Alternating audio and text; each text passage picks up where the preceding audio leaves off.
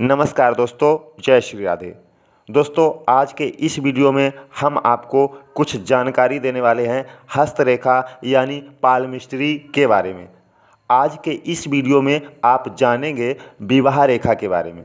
हमारे हाथ में विवाह रेखा कहाँ स्थित होती है, विवाह किस उम्र में होगा, वैवाहिक जीवन कैसा होगा, हमारे जीवन साथी का साथ व स्वास्थ्य कैसा होगा, वैवाहिक जीवन में प्रेम रहेगा या खटपट, पति पत्नी में किसकी मृत्यु पहले होगी, विवाह के बाद आपकी उन्नति होगी या अब उन्नति, हमारा वैवाहिक जीवन लंबा चलेगा या बीच में ही तलाक हो जाएगी, विवाह होगा भी या नहीं, विवाह होने के बाद कहीं हमारे पति या पत्नी की अचानक मृत्यु तो नहीं होगी।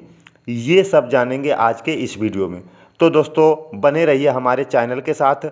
और अगर आपने हमारे चैनल को अभी तक सब्सक्राइब नहीं किया है तो पहले चैनल सब्सक्राइब कीजिएगा, वीडियो को लाइक व अपने दोस्तों में शेयर कीजिएगा और बेल आइकन को दबाना बिल्कुल मत भूलिएगा, क्योंकि हस्तरेखा व ज्योतिष से संबंधित ऐसे ही वीडियो हम आपके लिए बराबर लेकर आते रहते हैं। तो आइए दोस्तों, शुरू करते हैं आज का वीडियो। आप देख रहे हैं यूट्यूब चैनल चौहान ज्योतिष और मैं हूं आपका दोस्त एस्ट्रोलॉजर देशराज चौहान।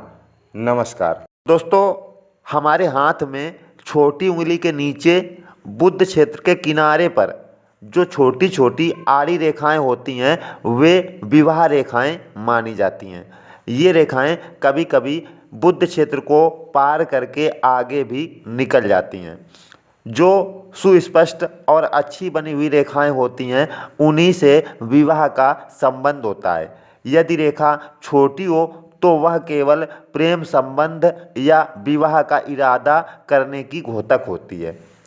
यदि एक गहरी विवाह रेखा हृदय रेखा के निकट हो तो कम उम्र में विवाह हो जाता है। यदि विवाह रेखा बुध क्षेत्र पर सीधी और सुस्पष्ट हो और उसमें कोई टूट फूट वगैरह ना हो तो वैवाहिक जीवन सुखी होता है। यदि विवाह रेखा नीचे की ओर झुक जाती है तो जातक के जीवन साथी की मृत्यु उससे पहले होती है। यदि विवाह रेखा ऊपर की ओर उठ जाए तो जातक अविवाहित रहता है। यदि विवाह रेखा सुस्पष्ट हो परंतु उसमें से अनेक सूक्ष्म रेखाएं नीचे की ओर जाती हों तो जीवन साथी के स्वास्थ्य की खराबी के कारण जातक का जीवन चिंतापूर्ण और कष्टमय होता है। यदि विवाह रेखा अपने अंत पर नीचे की ओर मुड़ गई हो और कोई क्रॉस या छोटी रेखा इस प्रवाह को काटती हो तो किसी दुर्घटना या सहसा बीमारी से जातक के जीवन साथी की मृत्यु हो जाती है। परंतु यदि लंबे मुड़ाव के बाद हृदय रेखा से मिल जाए तो जीवन साथी की मृत्यु लंबी बीमारी के बाद होती है। यदि विवाह रेखा के आरंभ में द्वीप चिन्ह हो तो या तो विवाह विलंब से होता है और यदि विवाह हो भी जाए तो पति पत्नी का मिलन काफ़ी विलंब से होता है। यदि द्वीप चिन्ह विवाह रेखा के मध्य में हो तो वैवाहिक जीवन के मध्य में पति पत्नी का जीवन यातनापूर्ण हो जाएगा और वे एक दूसरे से अलग भी हो जाएंगे। यदि द्वीप चिन्ह विवाह रेखा के अंत में हो तो वैवाहिक संबंध का अंत हो जाएगा। यदि विवाह रेखा के अंत में दो शाखाएं बन जाएं तो पति पत्नी एक दूसरे से अलग होकर रहेंगे। यदि यह शाखा हृदय रेखा की ओर झुक जाए तो उनमें तलाक हो जाएगा।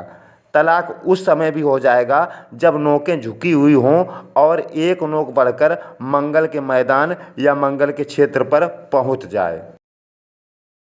यदि एक पतली रेखा विवाह रेखा से निकलकर सारे करतल को पार कर जाए तो पति पत्नी में इतनी अधिक अनबन हो जाती है कि परस्पर मिलन और सद्भाव की कोई संभावना नहीं रहती। यदि विवाह रेखा छोटे छोटे द्वीपों से पूर्ण हो या जंजीराकार ही हो तो ऐसे जातक को विवाह नहीं करना चाहिए, क्योंकि उसका वैवाहिक जीवन कभी भी सुखमय नहीं हो सकता। यदि विवाह रेखा स्वयं अच्छी हो परंतु बीच में टूट जाए तो वैवाहिक बंधन टूट जाता है या पति पत्नी में से किसी एक की मृत्यु हो जाती है। यदि विवाह रेखा स्वयं या उसकी कोई शाखा आगे बढ़कर सूर्य रेखा से मिलती है या उसके साथ ऊपर की ओर उठती है तो यह निश्चित है कि जातक का विवाह किसी अत्यंत धनवान या प्रतिभाशाली व्यक्ति से होगा। यदि विवाह रेखा नीचे की ओर मुड़कर सूर्य रेखा को काट दे तो यह योग इस बात का परिचायक है कि जातक विवाह के कारण अपने स्तर से नीचे गिर जाएगा। यदि वह कोई उच्च पद पर कार्य कर रहा है तो वह उस पद से नीचे गिर जाएगा। यदि कोई रेखा बुध क्षेत्र के ऊपरी भाग से आकर विवाह रेखा में मिल जाए तो जातक जब भी विवाह करना चाहेगा उसमें बाधा पड़ेगी, परंतु यदि विवाह रेखा बलवान हो तो जातक उन बाधाओं का सफलतापूर्वक सामना करने में समर्थ होगा। यदि विवाह रेखा के ऊपर एक हल्की सी रेखा स्थित हो और बिल्कुल विवाह रेखा के निकट हो तो यह समझना चाहिए कि विवाह के पश्चात भी किसी अन्य व्यक्ति का प्रभाव पड़ेगा। दोस्तों, वे सब रेखाएं जो अन्य क्षेत्र से विवाह रेखाओं की ओर जाती हैं उन लोगों का प्रतिनिधित्व करती हैं जिनको जातक के विवाह में बाधा डालने में दिलचस्पी होती है। यदि ऐसी रेखाएं शुक्र क्षेत्र से आएँ तो वे वैवाहिक जीवन में झंझट उत्पन्न करने वालों का प्रतिनिधित्व करती हैं।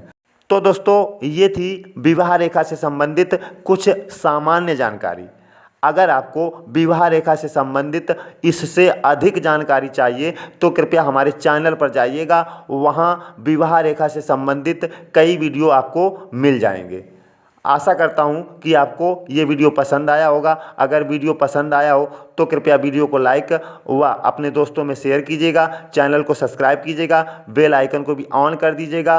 और अगर आपको हस्तरेखा या ज्योतिष या विवाह से संबंधित कोई भी जानकारी चाहिए या आपका कोई भी प्रश्न है, कोई भी समस्या है तो हमें कमेंट बॉक्स में लिखिएगा, हम आपके प्रश्न का उत्तर देने का पूर्ण प्रयास करेंगे।